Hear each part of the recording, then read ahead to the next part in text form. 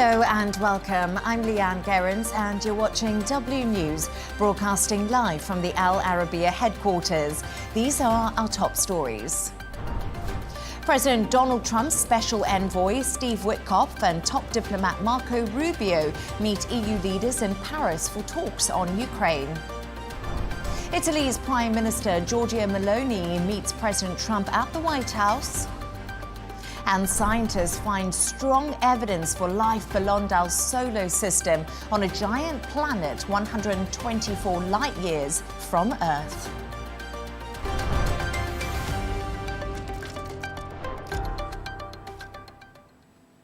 Now, the White House has said a man who officials have acknowledged was wrongly deported to a prison in El Salvador will never live in the U.S. again. Kilmar Abrego Garcia was deported to Central America from Maryland after he was accused of being a member of the banned MS-13 gang, a claim his lawyer has denied. A judge has ordered President Donald Trump's administration to secure his return to the U.S. Meanwhile, White House Press Secretary Karoline Leavitt has doubled down on accusations that Garcia is a gang member. Let's hear more of what she said during a press conference yesterday. So not only are Democrats rushing to defend an illegal criminal foreign terrorist gang member, but also an apparent woman beater. To set all of that aside, the basic fact that he was illegally inside our country and had a lawful deportation order made him subject to removal back to his home country of El Salvador. And if he ever ends up back in the United States, he would immediately be deported again. Nothing will change the fact that Abrego Garcia will never be a Maryland father. He will never live in the United States of America again. At the same press conference, the White House press secretary was joined by the mother of a Maryland woman who was murdered in August 2023 by an alleged illegal immigrant from El Salvador. Patty Morin told reporters about the death of her daughter, Rachel. Let's take a look. Why are we not protecting the American citizens? It's just common sense. Why are we not protecting our children?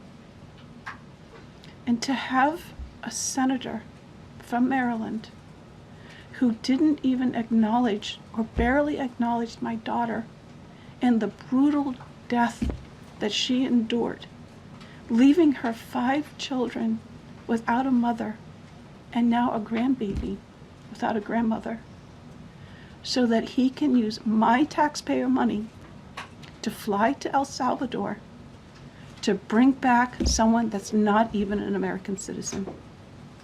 Why does that person have more right than I do, or my daughter, or my grandchildren?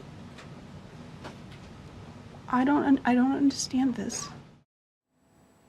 For more on this, I'm joined by correspondent Sara Firth in Washington. Sara, thank you for joining me. So we've just seen grieving mother Patty Morin in the White House. She's extremely distressed, but her daughter's case isn't directly linked with Garcia's. Has this caused any confusion at all? Leigh Ann, it has. I mean, what you saw there was a heartbroken mother, a devastating story, her daughter Rachel being killed. And what you had in that press briefing, a room of stunned silence from those attending as they listened to those details. Now, earlier in the day, we'd had an update on the briefing that we were told there was this unexpected briefing where there would be this special surprise guest. Now, it's important to note that that devastating story that Patty Morin told about her daughter Rachel, the man responsible for that is Victor Martinez Hernandez. He is a fugitive from El Salvador, and he has been convicted by a jury for Rachel's murder, among other things. I mean, you heard those devastating details. It was very difficult to listen to. But this is coming at a time when you have in the center of the spotlight this case with Kilmar Abrego Garcia. He is the man from Maryland who was mistakenly deported by the administration's own admission to El Salvador. That is ongoing. Now, the White House, what they have said is that this case of Patty Morin, the reason that they've raised it, the reason that she was speaking, is because you had the Maryland senator going out to El Salvador to try and advocate for Garcia to be brought back to the United States. And at the same time, you've got the White House saying, look, that case is getting more attention than this case where you've got these illegal terrorist people committing heinous crimes who are in the country illegally, and these are the people that we're targeting. But of course, there is a conflation between two very different situations. And important, again, I think, to note that in the case of Patty Morin and Rachel's murderer, there has been a legal process. When it comes to Garcia and his situation, there has been no due process, and that's what's causing a lot of controversy at the moment. A federal judge has declared there's probable cause to find the Trump administration in criminal contempt of court over their removal of dozens of Venezuelans. Why is this so important, and what is the White House's response to this? So it was a pretty remarkable development. You've had the judge come out, the federal judge, saying that he'd found a probable cause exists to find the government, as you said, in criminal contempt. Now, the judge says that the administration disregarded his order to turn around deportation flights. This was back sometime in March. The planes did not turn around. There was some 200 people that were deported. Now, what you then later had was these men have been deported under an old act. It's called the 1978 Alien Enemies Act, and it allows the president to carry out deportations without some of the usual legal due processes that you would normally see. Now, it's usually enacted in the wartime. The Supreme Court, after these deportation flights took off, said that the president is allowed to use those powers. But this federal judge saying it doesn't change the fact that the order at the time was disregarded. So now what you've got is a one-week deadline for the White House to respond before you see this escalation. I mean, there is an argument that it is already a pretty significant escalation in what we're seeing right now, which is essentially a battle between the judiciary and the White House over the president's powers. The White House has come out, they have condemned this ruling, and they've said they are going to appeal. Potentially, the Trump administration could take this all the way to the White House. And it is important to note, again, whilst they've admitted some of the issues with the case of Garcia, that he was potentially wrongfully deported, the White House has said in their statements that he will not be coming back to America.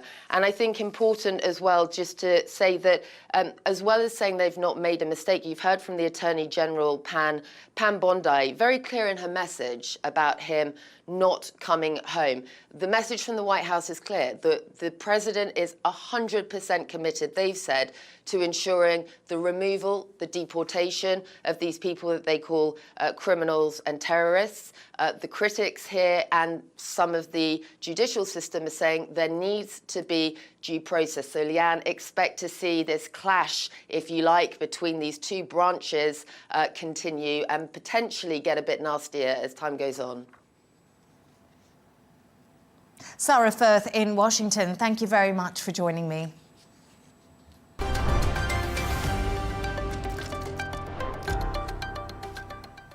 Now, President Donald Trump's special envoy, Steve Witkoff, and top diplomat Marco Rubio are meeting with EU leaders in Paris to discuss their efforts to end the war between Russia and Ukraine.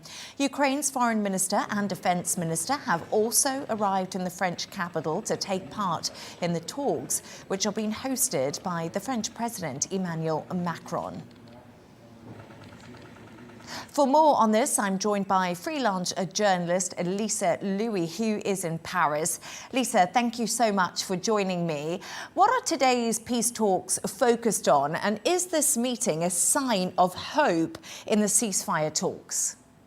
You could certainly think that, given that up until now there have been very much two parallel paths in these efforts to bring peace to Ukraine. On the one hand, you had the US, Washington, talking directly to Putin, to Russia. And then on the other hand, the Europeans kind of sidelined, but coming together in what they call a coalition of the willing, more than 30 countries, saying that clearly Russia is the aggressor and no one else, not Ukraine, not anybody else. And also the Europeans putting on the table, that idea of security guarantees, which would include a so-called reassurance force, so troops or planes being sent to Ukraine once a ceasefire agreement is signed. Those were parallel paths, and today you see the US for the first time in months meeting European delegates on that issue on Ukraine. Mind you, these talks are taking place behind closed doors, a number of talks with very little press access, and that is also an indication of how delicate the moment is. Lisa, top US diplomats Marco Rubio and Steve Witkoff, their visit in Paris comes at a time of fraught relations between the European Union and America. Absolutely. They have been discussing over tariffs. We all remember Donald Trump's threat to impose high tariffs on Europe and on many other countries before largely withdrawing them. Obviously, they are at a disagreement over what method to apply in numerous matters. And obviously, one of those matters is Ukraine. Donald Trump had promised to bring peace to Ukraine within 24 hours of going back to the White House, of being president again, and that clearly hasn't worked out.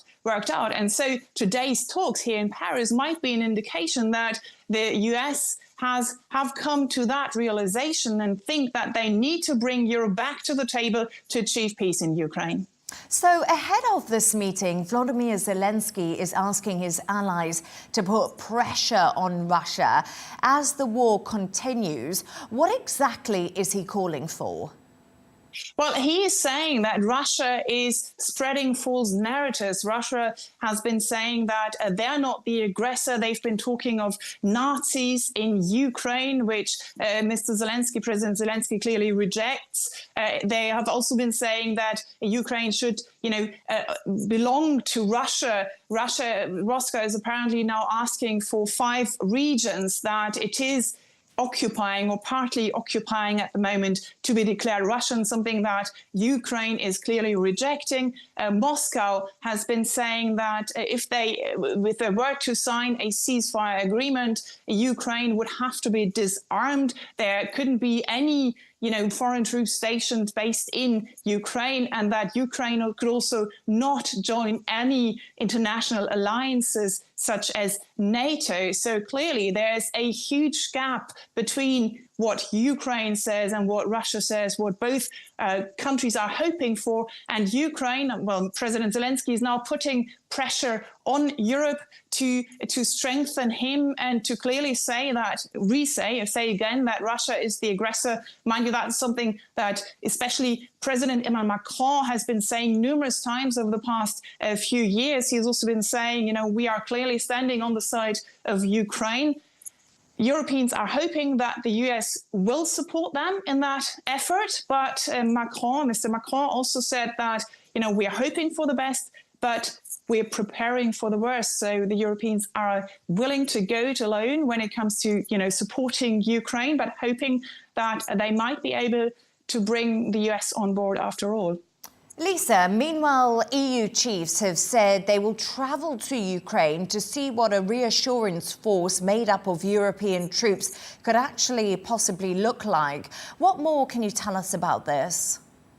Well, that was a proposal that was put on the table a few weeks back here at a summit, for example, 3 weeks back in Paris, led by the UK and France. They were saying we're going to send our chiefs of staff to Ukraine to find out what the reassurance force could look like, but also what the Ukrainian army might need in the long run to be able to be that first level of security guarantee that the country needs in order to prevent a new war from breaking out once a ceasefire agreement is reached. Now, these different people have been looking into what that might mean, but there is some kind of disagreement between the different parts of that coalition of the willing that includes more than 30 countries, with France, for example, saying we need to put boots on the ground, send soldiers to Ukraine, and other countries such as the UK rather saying we need naval forces or, planes to be sent to Ukraine. In any case, that reassurance force would probably not be on the front line. It would be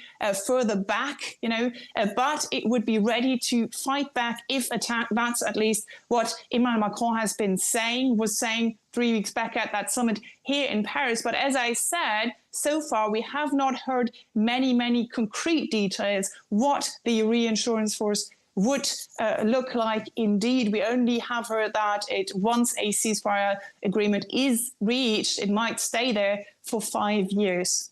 Freelance journalist Lisa Louis in Paris, thank you so much for your insights. Great to have you on the show.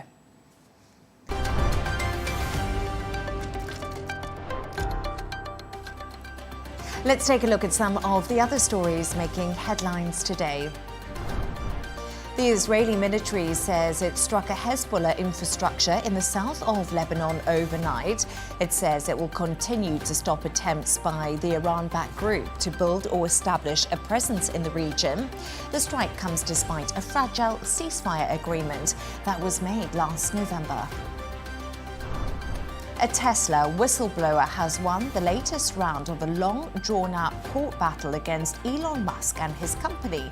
In 2014, engineer Christina Balan lost her job after raising a safety concern about a design flaw that could affect a Tesla car's braking ability. Balan won a wrongful dismissal case but continues to fight a defamation case after Tesla claims she used its resources for a so-called secret project. Ahead of elections in Australia, opposition leader Peter Dutton has clarified that he believes in climate change. It comes after he faced backlash for saying that flooding and natural disasters were part of the history of our state of this country during an election debate on Wednesday.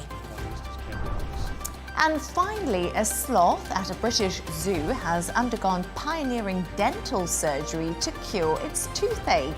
Rico, the two-toed sloth, required surgery after two root abscesses caused swelling on his face. The 25-year-old animal is believed to be the first sloth to have an operation like this.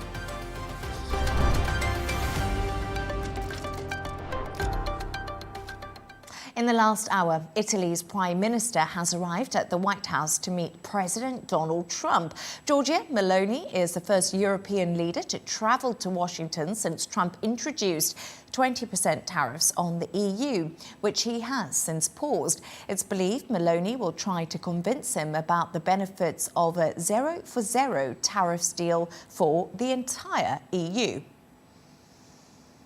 For more on this, I'm joined by our correspondent, Kate Fisher, who is in Washington. Kate, thanks so much for joining me. So Meloni is meeting Donald Trump today. She has a really difficult job on her hands as she tries to position herself as a mediator between the US and the European Union.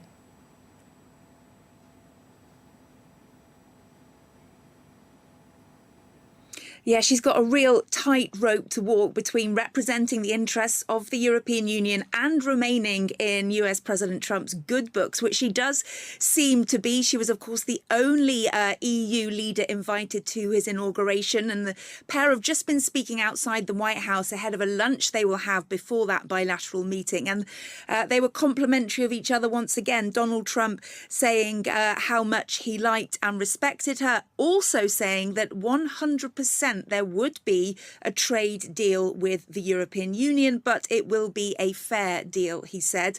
And Meloni herself also said that she was sure we will be able to make a deal. I'm here to help with that, she said.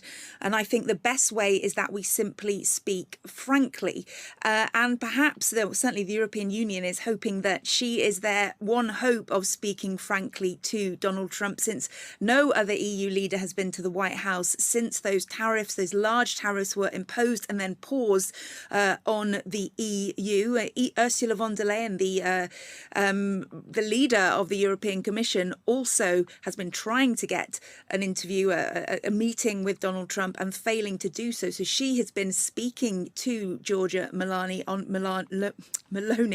ahead of this meeting to try to ensure that the EU's point of view is front and centre of that conversation, because there is a concern that perhaps she will put Italy's ahead of the European Union. She has said that won't be the case and that she is there to negotiate a deal for the entire 27-nation bloc. But it's certainly a lot of pressure on her, which she has acknowledged ahead of these talks, both for the European Union and for her own personal political capital. So, Kate, I actually just see some lines coming through, actually, and apparently Meloni is going to invite Donald Trump to Italy. So maybe that's her olive branch at the moment. We also know she did go to Trump's inauguration. But I was just having a think about this. Italy has a huge trade surplus with the UK. Can we expect Trump to discuss trade tariffs and put pressure on Meloni to buy more American goods?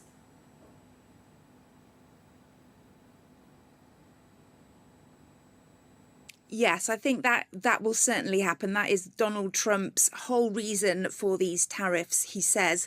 I'll also just acknowledge that J.D. Vance, the US vice president, and his family will be in Rome this Easter weekend. So there is definitely perhaps a growing relationship between the White House and Italy right now. And you're right, Rome recorded a trade surplus of $4.39 billion with the US last year. That's the third highest among EU member states. And the US is now Italy's top non-EU export market. So it is huge. And much of that recent growth in Italy's trade surplus stems from some of those sectors that Washington's so concerned about: industrial machinery, pharmaceuticals, textiles, and of course, food and wine. Americans love Italian wine, Parmesan cheese, Parma ham, and luxury Italian fashion. And those tariffs have caused Rome to halve its growth forecast. That's how serious it is. But the Trump administration gave a briefing to reporters before this meeting and said that they see Italy as an important market for US products. So, yes, they want to see Italy buying more US products, and they see it as having a key role in the Europe, Middle East, India trade corridor. But of course, this trip is being closely coordinated with the European Union, and trade policy is something the EU is in charge of. So the emphasis is likely to be that it's not just Italy, but the whole EU needs to commit to buying American, especially, and I think this will come up when it comes to defence and liquefied natural gas. That will be a key point in discussions. So I was actually just going to touch on defence. Italy spends about 1.5% of GDP on its military. This is, of course, way, way below the level that America believes is appropriate. Do you think this will be another talking topic? And obviously, when J.D. Vance came over to Europe, this seemed to be a big part of his speech.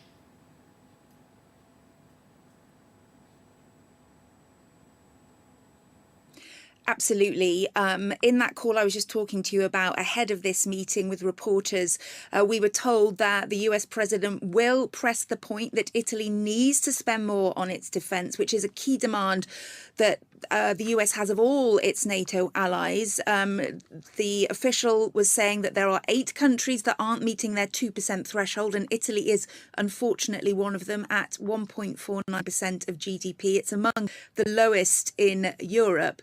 And it's well below what this official described as a much needed threshold. And also, as you say, not just J.D. Vance's speech, but you may remember those private messages between Donald Trump's top national security team were made public after a journalist was added to the messaging group. And we heard J.D. Vance and Pete Hegseth, the defence secretary, really being disparaging about European defence, saying that they hated bailing out Europe and they loathed European freeloading was how the Defence Secretary described it. He said it was pathetic. So certainly defence is clearly a key issue for the Trump administration, and that's yet another tightrope that the Italian Prime Minister has to walk.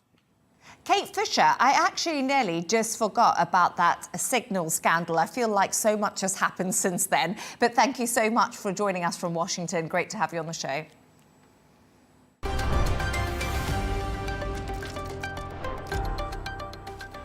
Let's take another look at some of the other stories making headlines today. Saudi Arabia's defense minister has landed in Iran. Prince Khalid bin Salman arrived in Tehran to meet with officials ahead of weekend talks between Iran and the US over the Iranian nuclear program. President Trump's trade war and threats to make Canada part of America have dominated an election debate in Canada. The leaders of four major federal parties have been grilled about their response to Trump.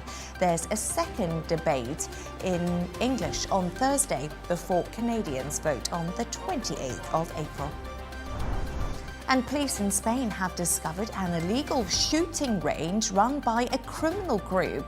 The site was hidden 3 stories under a home in Granada.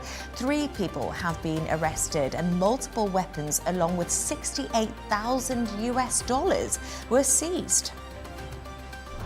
And finally, China says it will integrate artificial intelligence applications into the school curriculum as part of an overhaul of its education system. The country hopes that will help cultivate the basic abilities of teachers and students and also boost innovation.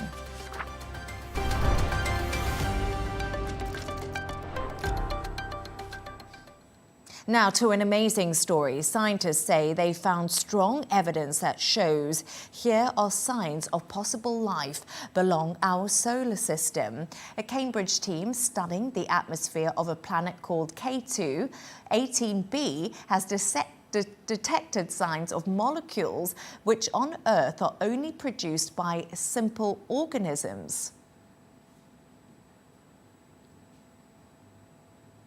Astrophysicist at the University of Oxford, Chris Lintott, explains more. Just woken up here to the news that this group in Cambridge, led by Niku Madhusajaran, think they may have found what they describe as hints of life on a planet around a star about 120 light years away. If true, this would be the most astonishing discovery. The search for life is astronomy's big goal at the minute, but I don't think we're quite there yet. What they think they found is the signature of something called dimethyl sulfide, DMS, a chemical in the atmosphere of this planet. And on Earth, DMS is made only by life, and so it's what's called a biosignature. If we found an Earth-like planet and we saw it in the atmosphere, perhaps we'd conclude that there must be life there. Now, this is not an Earth-like planet. Even in the models used by the Cambridge team, it's got a thick atmosphere, it's a bit smaller than Neptune, and it maybe has deep down a water ocean. Other people say that actually the planet's a magma world with lava on its surface, or perhaps just a small and compact version of, say, Uranus in our solar system. So there's a lot of debate about what this planet is. There's a lot of debate about whether this signature is real, whether they really have seen this chemical. These observations that came out today back up previous results that also hinted at the possibility that DMS was there. But it is controversial, and lots of other experts will want to get their hands on this data and reanalyze it. I think there's a couple of things we can conclude. One is that this work is hard.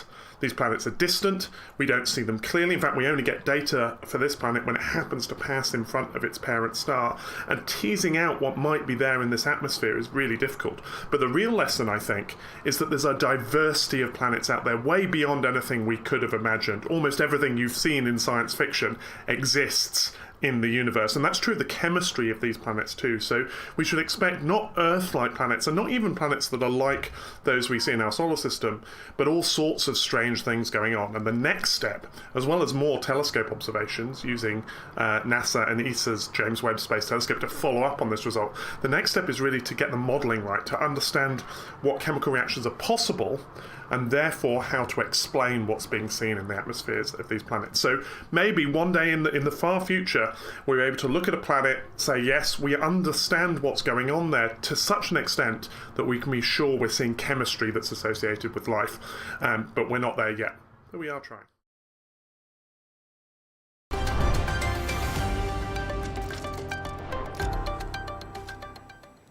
Let's take a look at the top business news now. United Airlines says it expects its financial performance to remain resilient despite economic uncertainty stemming from new tariffs. They say demand for extensive premier offerings and international travel will limit some of the financial gloom. Hermes says it will fully shift the burden of tariffs in the United States to its wealthy clients. This comes after the French luxury brand posted first quarter sales that slightly missed market expectations in a rare show of weakness. Meanwhile, Hermes this week became the world's most valuable luxury company. Turning to the sports news now.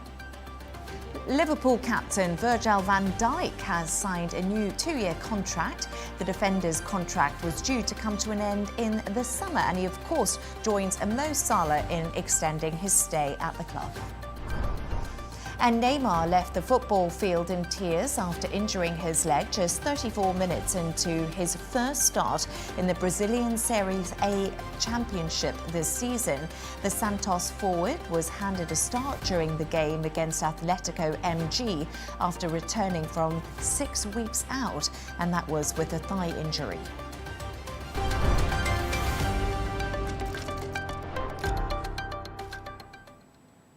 King Charles has released an Easter message saying the world still needs faith, hope and love. The King shared his message ahead of attending the annual Maundy service with the Queen at Durham Cathedral. For more on this, I'm joined from London by our correspondent Ollie Barrett. Ollie, great to have you on the show. The King has delivered a very poignant message looking to build bridges ahead of Easter. What more can you tell us?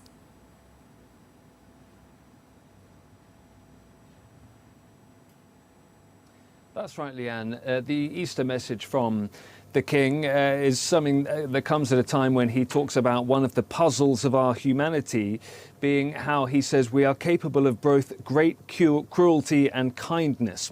He talks about this paradox of human life running through the Easter story and referencing some of the things that we're all seeing around the world at the moment. He says that we see this in the scenes that come daily before our eyes. He talks about other faiths as well, as you say. He talks about when Jesus walked the earth, that he reflected, the King says, the Jewish ethic of caring for the stranger and those in need.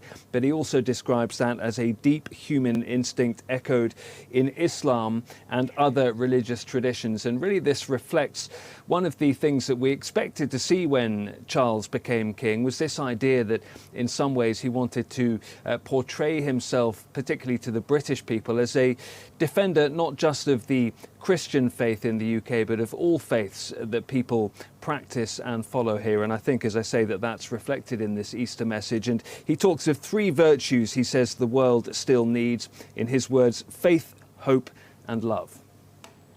He also presented commemorative coins to 152 people at the traditional Maundy Thursday service. Ollie, why is this so significant?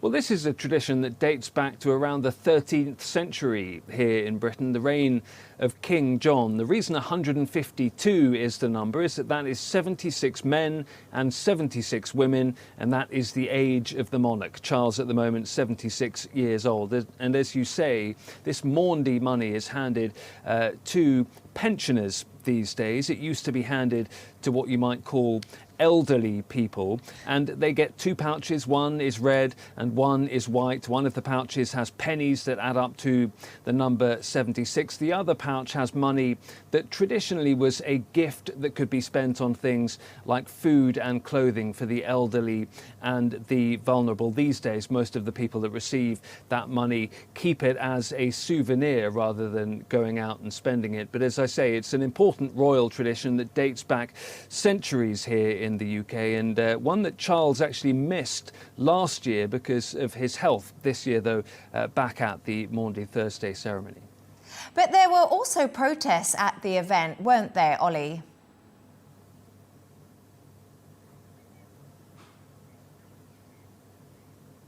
there were. The group, which is called Republic, were at the event, and they were calling it at their protest a tone-deaf tradition. Republic is an anti-monarchist group which believes that the UK should abolish the monarchy and become a republic. They do often follow the King and other royal members around events up and down the country, making their point. The polls at the moment continue to show that the royal family is very popular with most British people, not all. The polling also suggests that that is more true among older people than among younger people. And Republic, as I say, continue to make their presence felt at events up and down the country. But there were also today big crowds there to cheer King Charles as well, as I say, as he returned to this Maundy Thursday event after missing it last year because of his cancer treatment.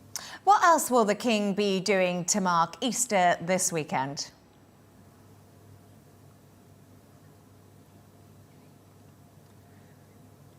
Well, as a religious man, it's an important weekend to him, so we always are told that there'll be plenty of time spent reflecting, and there's an important Windsor service on Sunday. Now, interestingly, this year there's been a bit of a change of plans to that, because we're told that Catherine and William, the King's son and daughter-in-law, and their family will not actually be at Windsor for Easter weekend. They will be spending the weekend in Norfolk. We're told by royal sources that that is because they're choosing to spend time together as a family before the children go back to school, but also because of the scrutiny around Catherine's health as well.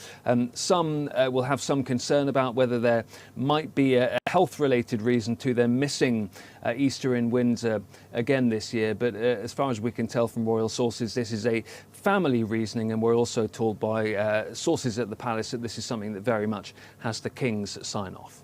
Ollie Barrett in London, thank you so much for joining us.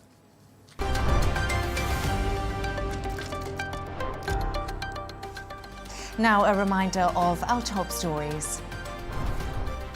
President Donald Trump's special envoy Steve Witkoff and top diplomat Marco Rubio meet EU leaders in Paris for talks on Ukraine. Italy's Prime Minister Giorgia Meloni meets President Trump at the White House. And scientists find strong evidence for life beyond our solar system on a giant planet 124 light years from Earth. And that's all from us on W News. Don't forget to subscribe to our YouTube channel and also follow us on X. Counterpoints with Melinda Nusafora is coming up next, followed by Hadley Gamble's interview with the British Chancellor, Kwasi Kwarteng, former British Chancellor, that is. Plus, we'll be back in a couple of hours with W News Extra. Goodbye and thank you.